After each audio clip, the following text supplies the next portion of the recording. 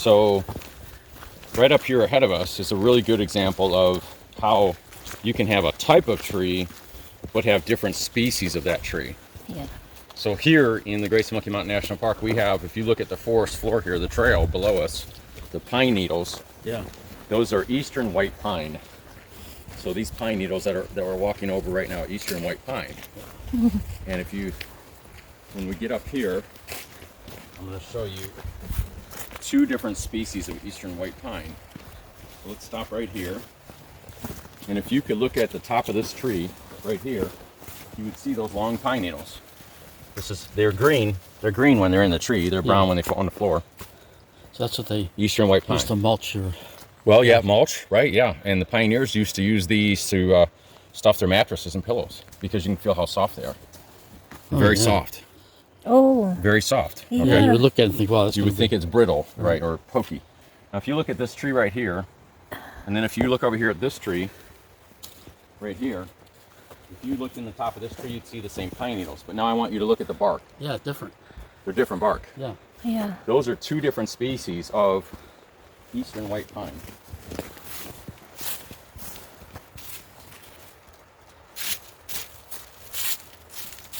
Okay, so there's 123 different species of trees in the Great Smoky Mountain National Park.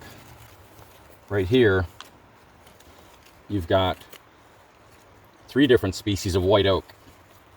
Here's 3 different species of maples. Right here is a red maple. This is maple. This is yellow birch.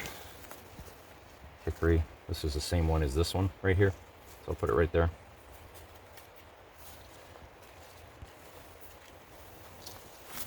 Right here. Right there. And right here. Okay. Right here, these are the same. Here's 4 different species of white oak. Right there. This is a pin oak. It's got a big pin on the top. This is a burr oak. It's got rounded tips on it. This one has pointed tips on it. This one's got little rounded tips on it. See, I would never known that was an oak. Yeah. This is umbrella magnolia. This is striped maple, red maple, yellow maple. So there's 3 different species of maples. Yellow birch, rhododendron. This is sourwood, which is what you see the reds in the forest right now. The reds that you see now are sourwood and red maples. This is a sassafras. And There's sassafras trees there? Yep. And not sassafras, sorry. This is that's not sassafras. It's sycamore. Sorry. Oh. I will show you a sassafras in a little bit, but yes, we do have sassafras. And then this is hickory. Or hickory right here, and then the walnut, the black walnut. So right there is 1, 2, 3, 4, 5, 6, 7, 8, 9, 10, 11, 12, 13, 14, 15 different species of trees. See, that's the kind of thing.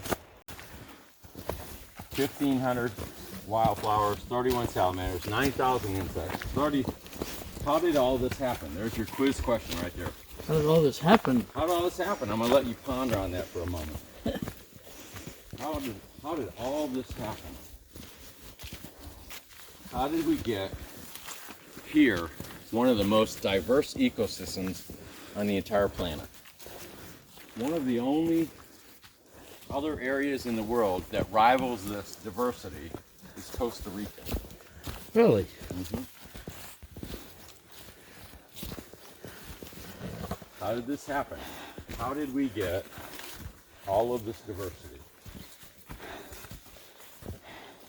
How did we get 1,500 wildflowers, 31 salamanders, 123 different trees? What are your guesses? You spread a seed in there? Huh? They spread a seeds in here everywhere? I don't know. So your guess was humans. Is that what you're saying? That humans put seeds here? Not me, but... Okay. Rose was thinking. Spreading seeds. And I would give credit to a creator. Yes, of course, God. Yeah, I know, you know. What was the world phenomenon? Are you ready? So these mountains are the oldest mountains in the United States, maybe in the world. These mountains are 200 million, maybe 400 million years old. Wow. They used to be higher. They used to be jagged like the Rockies. And then the Ice Age. So you've had millions of years of plant growth here, plus the Ice Age brought in, when the ice pushed down from the north, it brought seedlings, saplings, plants, animals, tree, and dropped them in these mountains. Here's a good example of that. Up at Klingman's Dome, we have Fraser firs that live up there. Down here, they don't live here. Down here, we have the eastern white pine, which I showed you already, and the hemlock. Two species of pine trees down here. Up at Klingman's Dome, there are Fraser firs. Wow. They were brought down here with the ice. The saplings were dropped up there at the mountaintop, and they were able to live up there because it's colder up there than it is down here. On average, 15 degrees cooler up there than it is down here.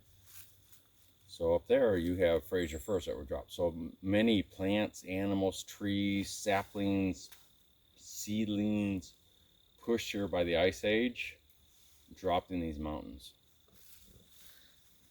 I see. And it's been virtually left alone now for 100 years. But before that, millions of years of natural growth. Yeah, it's just nice that it's been preserved.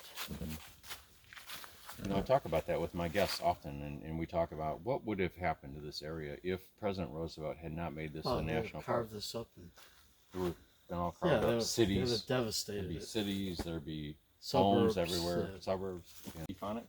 This tree. This tree has a pointed leaf, and sometimes in the fall it has red berries on it. You recognize that one? It's got little points, Yeah. sharp points on it. Holly. Oh, yeah, it's This is holly. Yeah. So there's another tree for you. There's another one. Holly. One of 123. Yes. Uh-huh.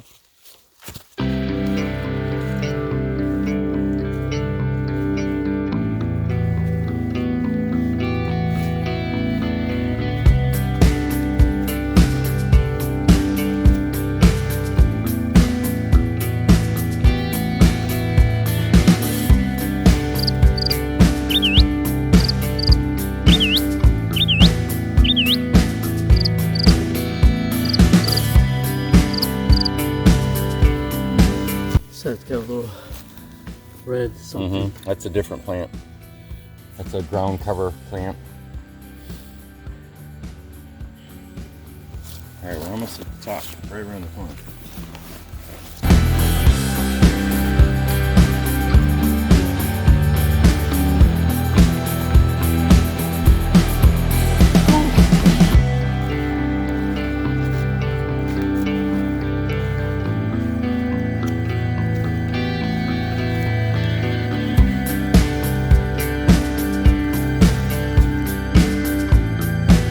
Sourwood.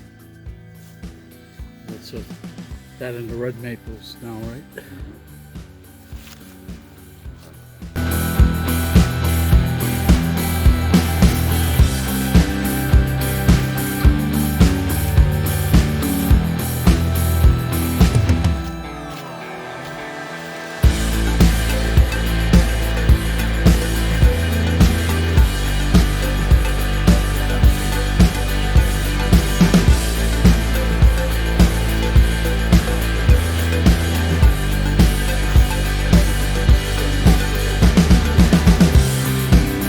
Businesses like myself the ability to advertise Yeah, tours. yeah, it's awesome. That's newer. Because I, like for me, to try to do this on my own, I don't know the park.